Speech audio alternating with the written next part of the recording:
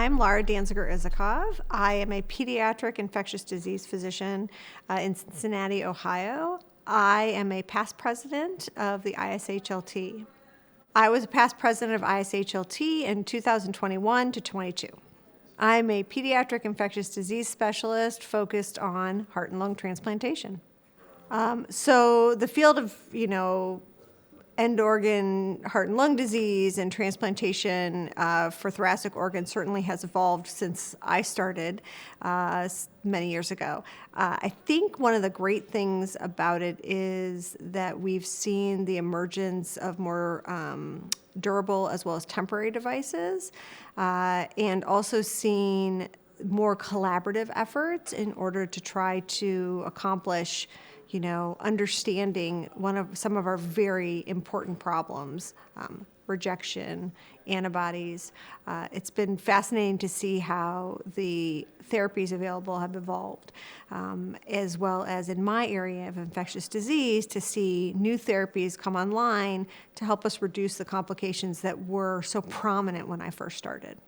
I've been really fortunate in my career. I think one of the wonderful things, especially about ISHLT, has been the fact that there's a huge effort at sponsorship and inclusion and bringing groups of people together who don't necessarily focus on the same problem, but they have similar concerns and they adjust to focus on a problem from multiple different angles.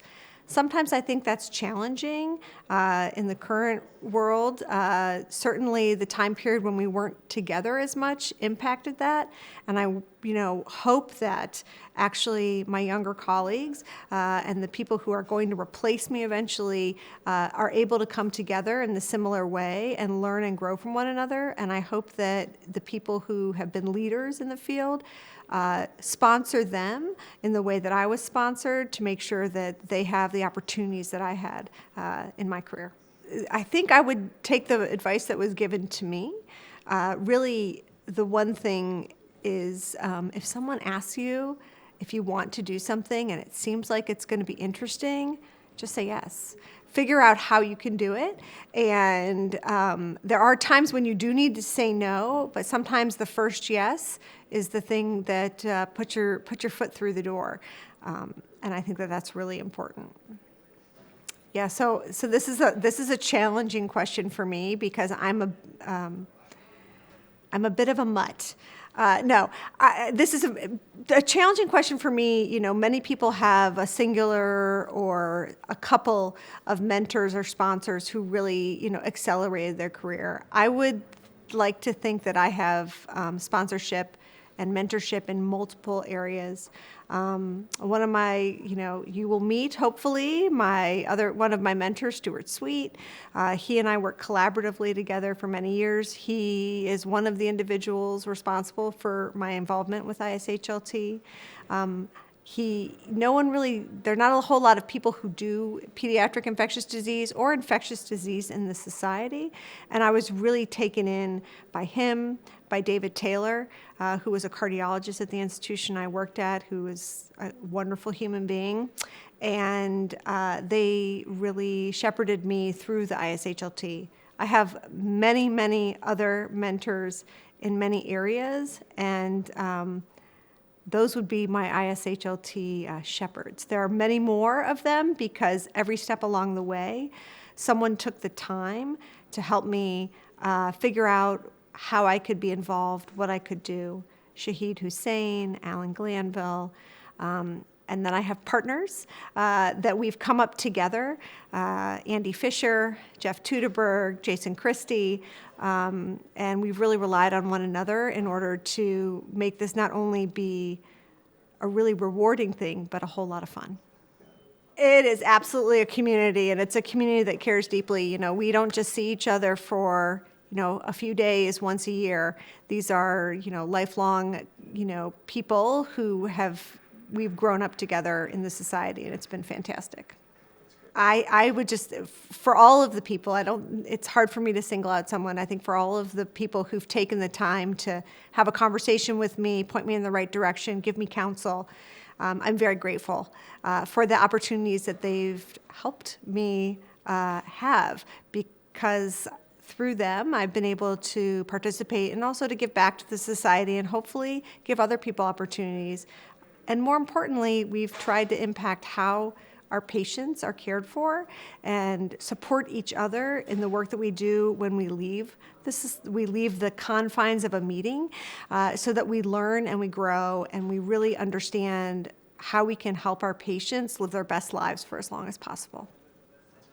You know, the future of transplantation is just exploding. It's really exciting to see, you know, the new therapeutics that are coming, to see the new devices, to see the new opportunities. There will certainly be challenges. You know, with any new opportunity, we're going to find complications and things that we need to address and manage. Seeing the early work that people had done with xenotransplantation and how they've moved that along to make that, you know, an emerging reality is fascinating. Seeing how we have people who are recovering from their short-term, you know, sepsis or heart failure events is amazing, and how we can do that so that we can really potentially provide therapy to more people more effectively is going to be really important, and it's exciting. One thing that makes me really hopeful about the future of transplantation is the fact that people are still so curious, because that's how we're going to find new answers. I think it's really important that as we think about the future, that, you know, emerging practitioners really take the time to dive deep into the questions and stay curious. Because without the understanding and the curiosity, it's easy to get lost in the day-to-day work. So take the time to reflect and think and understand as best you can, and to continue to be flexible in your understanding, because our understanding of what is now truth is not necessarily what we thought it was 5 years ago or 10 years ago, and certainly isn't what it will be in 5 or 10 years. Wow, a memory that sticks out in my mind, there's so many. I think one really amazing memory for me was the first time that I spoke at a meeting, and getting was a topic that was tough for me. It was something I was stretching my own self, but I had been given an opportunity, and it really, the affirmation that I got after I had done the talk really set me in a really nice place to feel confident doing more in the future. And I think that that's what the society is about. It's about sharing knowledge. It's about camaraderie. It's about building up the future so that we have the opportunity to grow new people in the field of transplantation. So when I think about when I was asked to be the president of ISHLT, I was actually completely shocked. Number one, I'm a pediatrician, and there have been amazing pediatric presidents of the society: Stuart Sweet, Lori West, people who are phenomenal and are great representatives of that community. But I'm the first person who's a non-surgeon, non-heart or lung-specific practitioner to be the president, and that was a real surprise that I had the vote of confidence of my peers to take that role on and to shepherd the ISHLT at a very tenuous point. We went through a complete restructuring. We had a new CEO who has been phenomenal, and a new team, and I was exceptionally grateful to have the opportunity to lead the society through that period of time. And luckily, I had a great team of people that we worked well together, and that was really rewarding. But yes, I think when I was asked to be president, I think the first thing that went through my mind was shock. The field of pediatric transplantation and end organ, lung, and heart disease is ever changing. We have new therapeutics that allow us to be more directed in when we move toward transplant, we have the opportunities to give children a chance to live better and longer lives before transplantation as well as after.